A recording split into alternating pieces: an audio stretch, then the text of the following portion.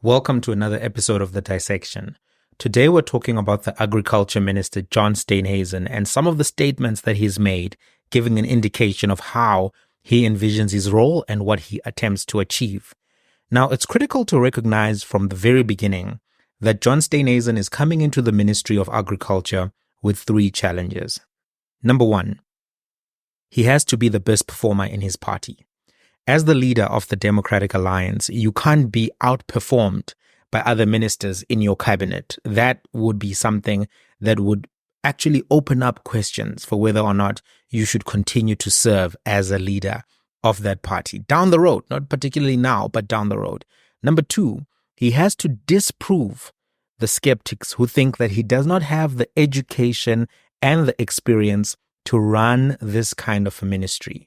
There are people who've raised that John Steenhuisen merely has a matric, that his last professional career was being a dog shampoo salesman, and that he then went to become a councillor and then a member of the Democratic Alliance in Parliament, a member of Parliament for the Democratic Alliance in Parliament. And he has never really had a lot of corporate experience and a lot of on-the-ground experience with organizations and entities which could help him to perform these particular duties quite well. And as we all know, he did not complete any university education whatsoever. And as a result, there are people who are like, wait, is this man actually going to be qualified to be able to make an impact and a material difference?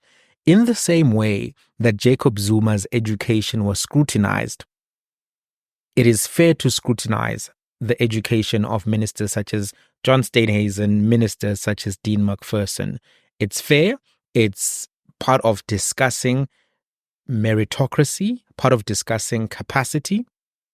One can be a good person and one can be an ethical person, but in terms of delivery on the job, you also need to have competent skills, you need to have theoretical knowledge, you need to have experience, as well as managerial competence. Managerial competence in and of itself cannot help you if you don't have the rest. You cannot take a basketball coach and make him coach a soccer team, even though those are both sports, because the amount of technical know-how required for basketball and soccer is different. I think that's a given.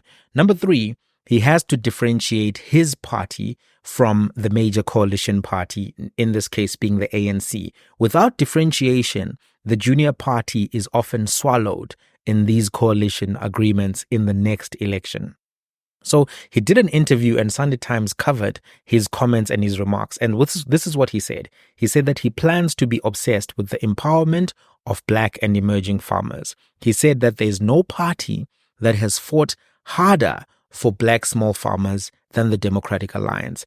And he also said that the DA is the party, as evidence to this argument, the DA is the party that approached the Human Rights Commission to secure title deeds for farmers who are working on land which is under tribal trusts, right? There's been some skepticism, of course, from farmers, from people within the farming community, and this is what they've said. They've said that they are worried about the Democratic Alliance allergy and abhorrence to affirmative action. If you recall, the Democratic Alliance manifesto said that they oppose employment equity, they oppose agri-BEE, they oppose affirmative action policies in universities. They don't believe those should exist. Now, there's already an agri-BEE policy which was introduced prior to this seventh administration. So some farmers are like, well, if you say that you're going to be passionate about us, but you oppose any policies that seek to give us opportunities and to fix land injustices or economic injustices in this particular commercial farming space, how true is your initial commitment, right? John has said that the Agriculture Department is the place where you can get quick wins in terms of job creation and getting things done. He says that if you look at economies that have moved from less developed to more developed, agriculture and agri-processing have always been part of the catalysis for that particular transformation. And this is particularly true if you look at the NDP, for example. It identifies agriculture, agri-processing as one of the growth areas that South Africa can create jobs in. Unfortunately, The NDP is a 2011 document. We are now in 2014. A lot of support and infrastructure has been given to agriculture overall, but the number of jobs that have been created has not been commensurate to that particular support. Now, let me just make some comments around the challenges that John is going to face, particularly as a minister and particularly in agriculture in and of itself. Number one, the direction of the cabinet in even his ministry is not particularly his. The cabinet serves at the behest of the president, and a lot of decisions are going to be made collectively. The ANC has a lot of long-term strategic documents, NDP being one of them. They have 5-year plans, etc., for particular sectors. The Policy Monitoring and Evaluation Ministry is one of the ministries that formulates a lot of these documents. So when you come in almost like as a striker on a soccer team. You get told by the coach, go and play over there. This is the formation. You are going to do 1, 2, 3. You don't get to have a lot of leeway as a player on the pitch around how you will direct the team. This is going to be one of the challenges. Number two, the issues that small farmers are facing are not exclusively around title deeds. Small farmers have been struggling to access funding. They've been struggling to access funding because oftentimes they're coming from backgrounds where they don't necessarily have a lot of financial stability and collateral that they can put up, and also because the banks have got an adverse risk appetite and oftentimes do not give these types of farmers loans that they need to grow their businesses and to actually be competitive.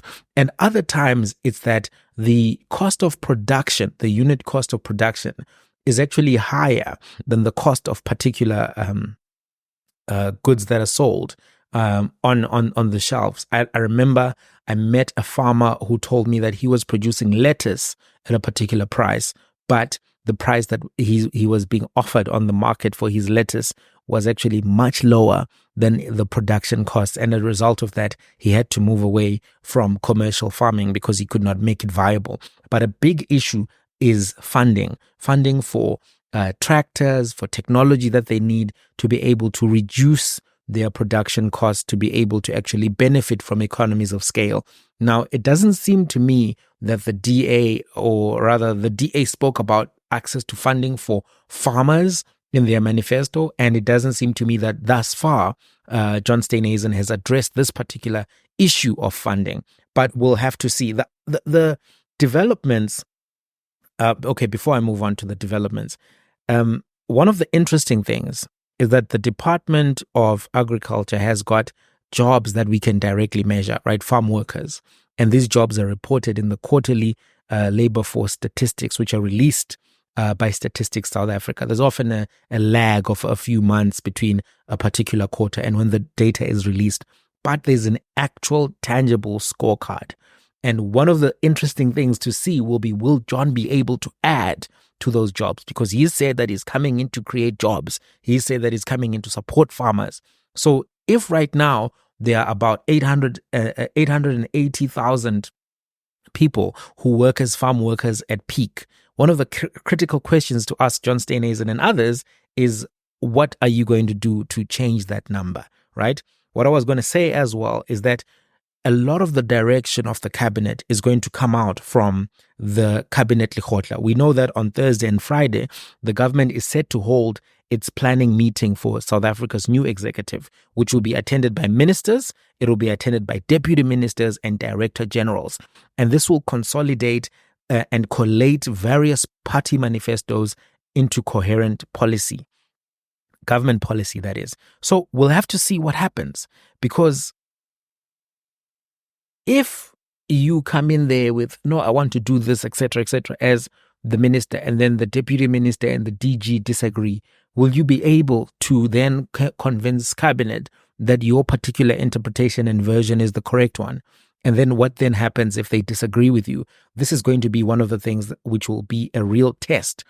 But the results or the deliberations of this cabinet meeting, the first strategic cabinet meeting, will be announced by President Ramaphosa at the opening of the 7th Parliament on the 18th of July, right?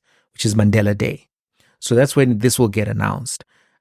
question then being, if there are disagreements, divergences, strategic divergences, will we even know? Will we find out? How will the Democratic Alliance handle these particular things, right? It'll be interesting to see how this collective cabinet strategy meeting leads to modifications in policy and also in the posturing that is taken by cabinet ministers, right?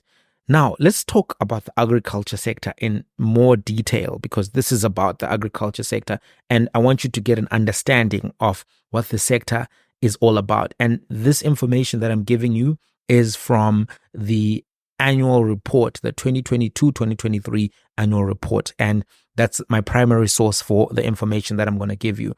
Right. The agricultural sector in South Africa consists of three main subsectors: livestock, which is the biggest in terms of value, horticulture, and field crops. So the fruit industry is the main foreign exchange earner, right? Some more details around the field crop side of things.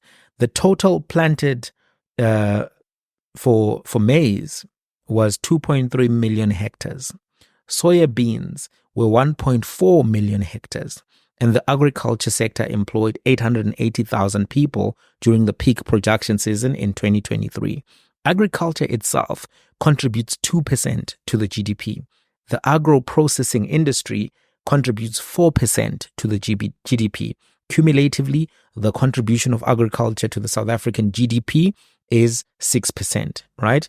Agricultural exports were 12.8 billion US dollars, or if you will, 231 billion rands in the 2023 year, right? Imports accounted for 7 billion US dollars, or 126 billion rands. So you can see that there's a positive balance of trade in that respect. The major exports were fruit and wine. The major imports were rice, palm oil, wheat, and poultry, right? So where do these exports go? The African Continental Free Trade Agreement provides the basis for increasing intra-African trade, right? The African Continental Free Trade Area market accounts for 37% of agricultural exports. That's pretty significant. Going into the continent, primarily in SADC, but also other countries as well, right? Asia is the second largest export destination at 27% of the total share. Then, of course, you've got Europe coming in at third. Gross capital formation in agriculture in 2023 was 24.5 billion rands. And gross capital formation is an indicator of investment and looks at things which are purchases such as machinery and equipment. Now, there were several bills which the previous Department of Agriculture wanted to get passed in Parliament. And I don't think those bills actually made the light of day, but here they are, so that we can then think about whether or not these will be reintroduced, because once a parliament closes, those particular bills that are not passed lapse, but we have to see whether those will come into play going forward and whether John Steenhuisen will make these presentations or resubmit these bills. Agriculture Produce Agents Amendment Bill, the Agricultural Product Standards Amendment Bill, Deed Registries Amendment Bill, the Plant Health Bill, and the Preservation of Agricultural Land Bill. At a certain stage, I'm going to do more detail into these particular bills, why they mattered, but I think it's important just for you to have an idea in terms of what legislative agenda is the minister necessarily going to pursue. What is the budget of the Department of Agriculture, right? The budget of Department of Agriculture in 2023 was 17.5 billion rands. Okay, this is the amount of money that goes to the department. And there were 5 areas of usage: administration, agricultural production, biosecurity and natural resources management. That was the second one. Food security and land reform and restitution. That was the third one. This one is obviously going to now move out to the other ministry, rural development as well. And then there were 6 actually. And then the other one being economic development, trade and marketing. And finally, land administration, giving a total there of 17.5 billion. So if you want to get a more detailed feel, I'm going to post this actual budget right here. But here are the administrative cost, 3.3 billion. Agricultural production, 3.1 billion. Food security, 8.9 billion. Rural development, 613 million. Economic development, 839 million. Land administration, 648 million. Right. According to the annual report, there were some issues with irregular expenditure, and these are going to be areas of opportunity for John Steenhuisen, right? The department registered an increase in irregular expenditure from 5.5 million in 2022 to 15.3 million in 2023, right? And these cases were identified in the annual report. In terms of wasteful expenditure, there are also some opportunities there in terms of just like, areas where you can reduce wastage, that kind of thing. A minister may be able to aggressively push that particular agenda. Fruitless and wasteful expenditure. The department recorded an increase in fruitless and wasteful expenditure, right, from 33,000 in 2022 to 30.05 million in 2023, right? And the 30 million was actually identified as something that needs to be investigated forensically. So there may be a big win there for him as well in terms of figuring out what happened to the 30 million that was identified as fruitless and wasteful expenditure.